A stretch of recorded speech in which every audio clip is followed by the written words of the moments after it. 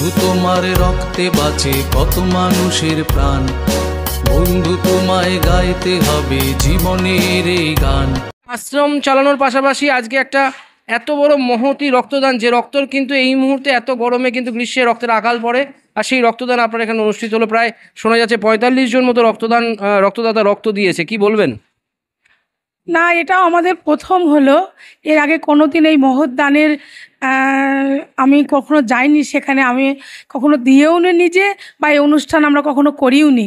তো এতে যদি কোনো কারোর উপকার হয় তাহলে এতে আমি খুব খুব খুশি হয়েছি, আর চাইছি যে আবার সামনে একটা এত আনন্দ পেয়েছি যে আবার নতুন আরেকবার করার জন্য আবার চেষ্টা করছি, যে সামনে 15ই আগস্ট আবার এই দানের একটা উৎসব আমরা করব। কিন্তু এই রক্তদান, মহৎ দান, একজন মানুষের জীবন দান হচ্ছে। হ্যাঁ, আমিও কিছুদিন আগে আমার আশ্রমের একজন হসপিটালে ভর্তি ছিল, রক্তের কি কি কষ্ট, কি দুর্বিষহ সেটা আমরা হাড়ে হাড়ে টের পেয়েছি। তো আমার মনে হয় এটা দিলে তো খুব একটা ক্ষতি হয় না, তা যদি সবাই এতে এগিয়ে আসে, সবাই দেয়, তাহলে দেশের, দশের সকলেরই মঙ্গল হবে। এত সুন্দর একটা আশ্রম চালাতে গিয়ে বারবার বাধার সম্মুখীন হওয়ার পরেও আপনি আজকে এখন অবধি দাঁড়িয়ে আছেন, এখন অবধি চলছেন এবং সবাইকে নিয়ে চলছেন, পথ চলছেন, এবং আজকে দিনে এইরকম একটা ঘূর্ণিঝড় যেখানে আসার কথা, সেই জায়গায় দাঁড়িয়ে কিন্তু আপনি পিছু না হটে রক্তদান করলেন, কি বলবেন? এটা তো আমাদের ওপরে রাধা মাধব আছেন, তারই ইচ্ছা। জেনেছিলাম, কিন্তু আগে থেকে তো আমাদের তৈরি হয়ে গেছে। আর বারবার মানুষ আমাকে ছোট করে, ছোট করলে একদিন বড় হয়। অনেক সময় দেখা যায় রাস্তার ধারে গাছগুলো খুব উঁচু হয়ে যায়, তখন তার মাথাটা কেটে দেয় কেন?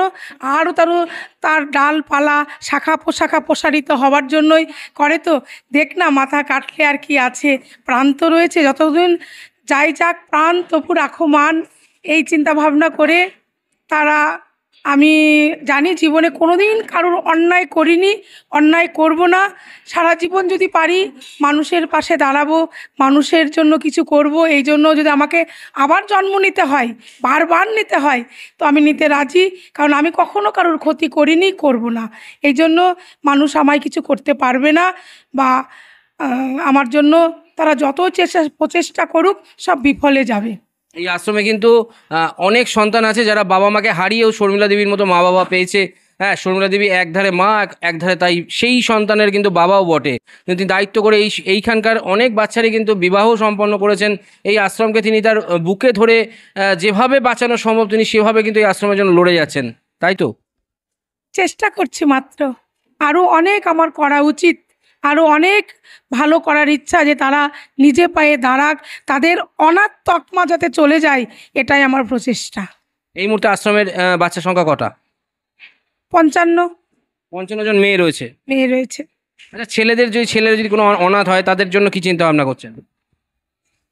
কি বলবো, ছেলেরা তো তাদের হয়তো শান্ত, কিন্তু তাদের চাওয়া পাওয়াটা, তাদের মাঠ চাই, তাদের তৈরি করার জন্য আলাদা জায়গা চাই। আর দুজনকে একভাবে ছেলে মেয়ে এক জায়গায় রাখা সম্ভব হয় না, কারণ এখনকার এই সময় ভীষণ তারা ইন্টেলিজেন্ট, সেই জন্য সেটার জন্য এখনও কিছু ভাবনায় আসেনি। না, মানে ছেলেও তো অনাথ হয়, তা সেই ছেলেদের জন্য রাখার জন্য অন্য কোনো আরেকটা বিল্ডিং, কিছু চিন্তা ভাবনা, এরকম কিছু চিন্তা ভাবনায় আছে? তাদের কথা এখনও সেটা নেই, কিন্তু বৃদ্ধা যাদের কেউ নেই জগতে, আমি মনে করি যে যারা শিশু বা যে ছেলে মেয়ে বাবা মা নেই, তাদের চেয়েও তারা তো কর্মক্ষমতা আছে, কিন্তু যাদের বৃদ্ধ, যাদের কর্মক্ষমতা নেই, ছেলে মেয়েরা দেখে না, তারা নিজের শরীরও চলে না, সেই জন্য আমি তাদের জন্য কিছু একটা ভেবেছি বা চলছে সেটা কাজ। তো আগামী দিনে কিন্তু দিদির কাছ থেকে রয়েছে আরও একটা বড় চমক, আর সেটা দেখার অপেক্ষায় আমরাও থাকবো। দেখতে থাকুন নিউজ ভারত 24 আওয়ার্স, সঙ্গে থাকুন। একজন কাণ্ডারি, আর এই আশ্রমের শর্মিলা দেবীর পাশাপাশি যেই আশ্রমের আরেকটি পিলার বলতে পারেন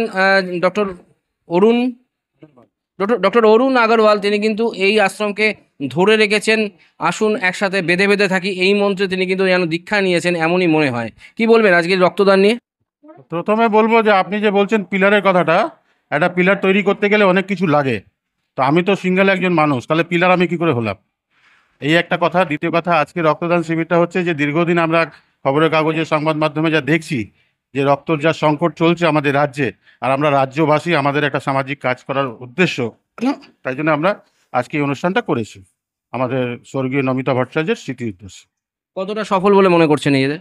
আমরা যেটা টার্গেট নিয়ে করেছিলাম, মানুষ আমাদেরকে সহযোগিতা করেছে, সবাই এসছে, পাড়া প্রতিবেশী রক্ত দিয়েছে, আমরা সাকসেস বলতে পারি। কতজন রক্ত দিল? আমাদের এখানে আজকে রক্ত দিয়েছে প্রায় 45 জন মতো। 45 জন। কোন ব্লাড ব্যাংক এসেছিল? বিএন বোস হসপিটাল থেকে। তো কি মনে হচ্ছে আগামী দিনে আর কি কি পরিকল্পনা রয়েছে এই আশ্রমকে ঘিরে? দেখা যাক আর কি কি নতুন নতুন করতে পারি, যেগুলো সামাজিক কাজ সেগুলোর মধ্যে জড়িয়ে আছি, সামাজিক কাজগুলোই করব। নিজের কর্মজীবনে এতটা ব্যস্ততা থাকা সত্ত্বেও পাশাপাশি এই রকম সমাজসেবা কিভাবে সম্ভব হয়? এটা তো আমাদের কাজ। মানুষ যদি সবসময় নিজের কাজ নিয়ে পড়ে থাকলে সামাজিক কাজটা কখন করবে? আমরাও তো সমাজে জন্ম নিয়েছি, যেহেতু সমাজে জন্ম নিয়েছি তো সমাজের প্রতি একটা দায়িত্ব থাকে। দায়িত্ব মানে সামাজিক কাজ করার দরকার আমাদের, এটাই আমাদের কাজ। এরকম অরুণবাবুর মতো মানুষ আমাদের পশ্চিমবঙ্গে যদি আরও থাকে, বোধহয় পশ্চিমবঙ্গ আরও কিছুটা গুটি গুটি পায়ে এগিয়ে চলবে। বলবো এটা দীর্ঘদিনের পরিকল্পনা ঋষিকেশ বাবু, ওনার স্ত্রীর মৃত্যুবার্ষিকীতে এটা করলে, তৃতীয় মৃত্যুবার্ষিকীতে, এবং ডক্টর অরুণ কুমার আগরওয়াল এই সহযোগী। তার থেকে বড়ো কথা, এই আশ্রমে উনি অনেক কাজকর্ম করেছেন, এর ওপরে একটা বিল্ডিং উনি করে দিয়েছেন এবং আশ্রমের জন্য অনেক করেন। ওনার স্ত্রীর মৃত্যুবার্ষিকীতে এটা আজ হয়েছে রক্তদান। রক্তদান এলাকার মানুষকে কি বলবেন? একটা এলাকার মানুষ সহযোগিতা করেছে বলে কিছু মানুষ এসছেন। এটা চ্যারিটেবল ট্রাস্ট, তো চ্যারিটেবল ট্রাস্টে যে কটাই হয়েছে সব ভালোই হয়েছে, মোটামুটি ওয়েদারে 25-30 জন হয়েছে, আমার মনে হয় ভালোই হয়েছে, আমার মনে হয়। আমি বলবো যে আমি বহুদিনের একটা ইচ্ছা ছিল, বহুদিনের ইচ্ছা ছিল যে আমার সহধর্মীর ইয়ে মানে প্রয়াত সর্বময়ের মানে ইয়ে উৎসর্গে আমার অনেক দিনের ইচ্ছা ছিল, এটা আমি করব। সেই হিসাবে এটা আমি করেছি এবং অনেক আমার সহযোগিতা করেছে নিমাই গড়াই, অরুণ আগরওয়াল। আমি ফিজিক্যালি কিছু করতে পারিনি, কিন্তু অর্থ দিয়ে সব কিছু আমি করেছি। এইটুকু বলতে পারে আমার সহধর্মীদের স্মৃতির উদ্দেশ্যে। এবং 3 বছর পূর্তি উৎসব হলো, এই পূর্তি উৎসবে আমি এই অনুষ্ঠানটা করলাম। আমার নাম ঋষিকেশ ভট্টাচার্য, দমদম নাকের বাজার। ধন্যবাদ।